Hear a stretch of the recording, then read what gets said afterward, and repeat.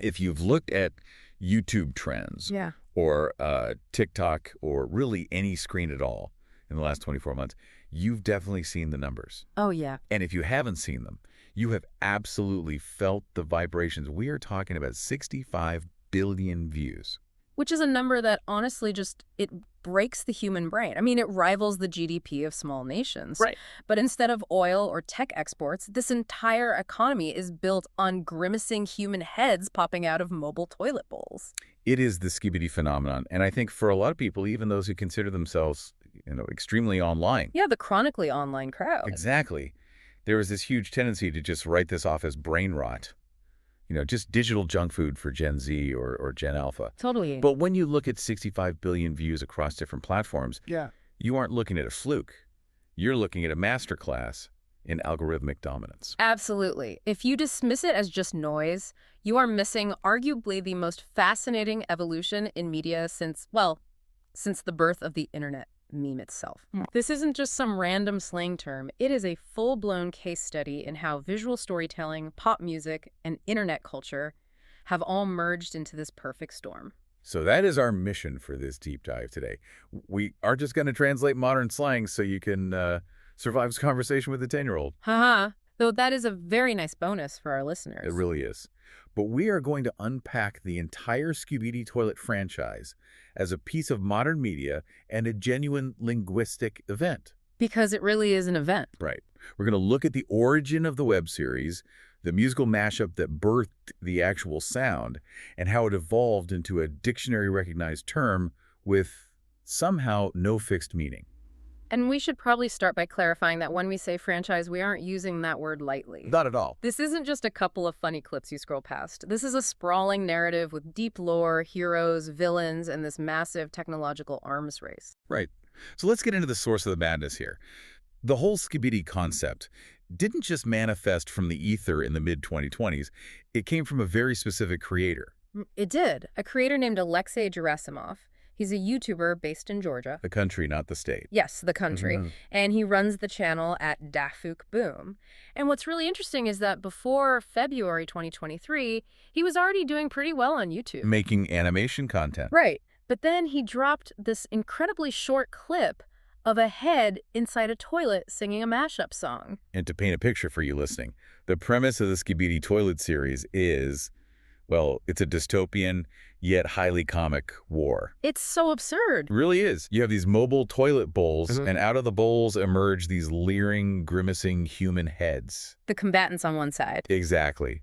And they are fighting against these humanoid creatures who wear business suits, but instead of heads, they have electronic devices. Yeah, like surveillance cameras or speakers or old CRT televisions. And the scale of success for this bizarre premise is just staggering.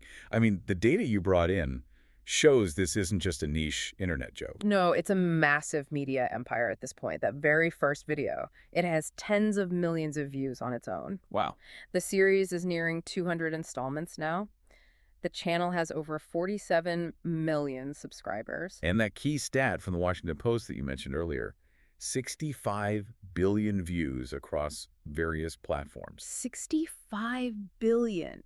It's hard to even conceptualize that many eyeballs on anything, let alone fighting toilets. It highlights how this content just went universally viral among Gen Alpha.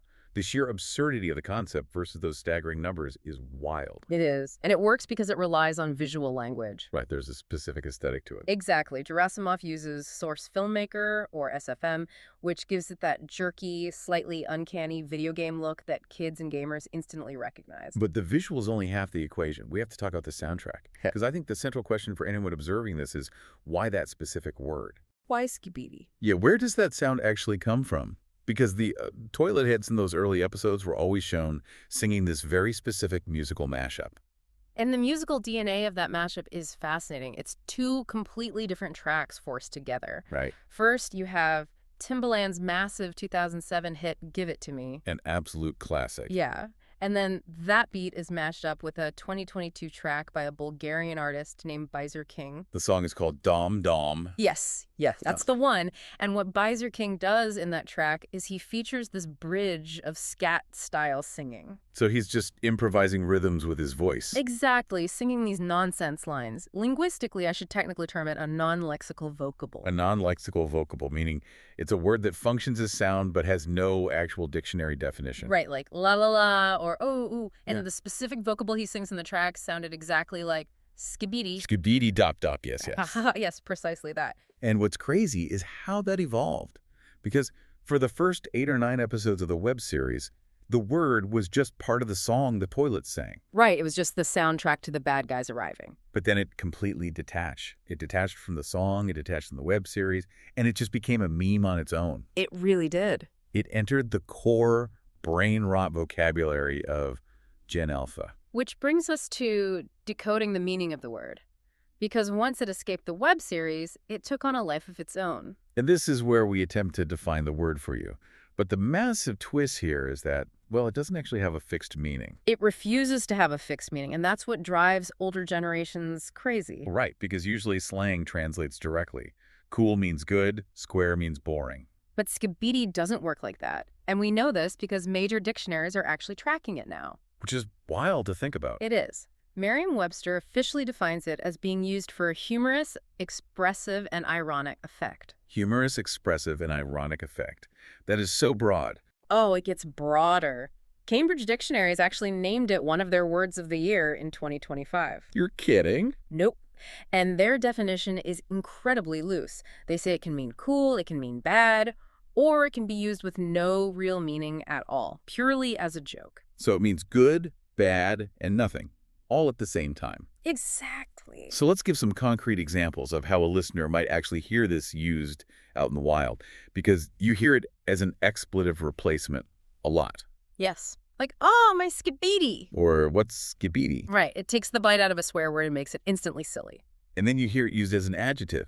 A kid might say, oh man, that is so skibidi. Which, depending on the tone of voice and the context, could mean they love it or they think it's the worst thing ever. You really have to read the room. You do. It's highly contextual. Sometimes it's just dropped into sentences purely as a filler word for comic effect. And then there's the meta joke, the recursive usage that really melts my brain. Oh, the loop.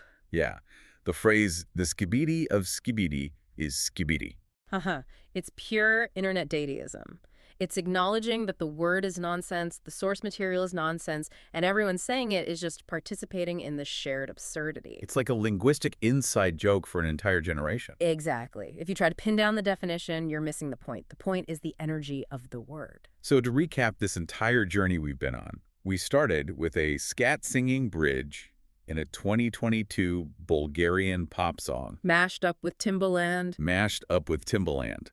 That sound became the anthem for a massive dystopian web series war between animated toilets and camera-headed humanoids. A war that generated 65 billion views. And then that anthem morphed into a catch-all slang term for a generation that major dictionaries are now studying. It's quite the resume for a nonsense word. It really is, and I think it highlights something crucial. As silly as it seems on the surface, it shows how incredibly quickly internet culture shapes the language we use today. It's instantaneous.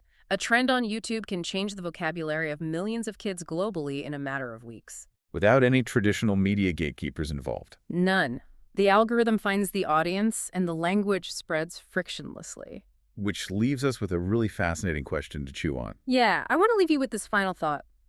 If a word like skibidi can mean anything, everything, or literally nothing, depending entirely on context, does it represent the ultimate evolution of language?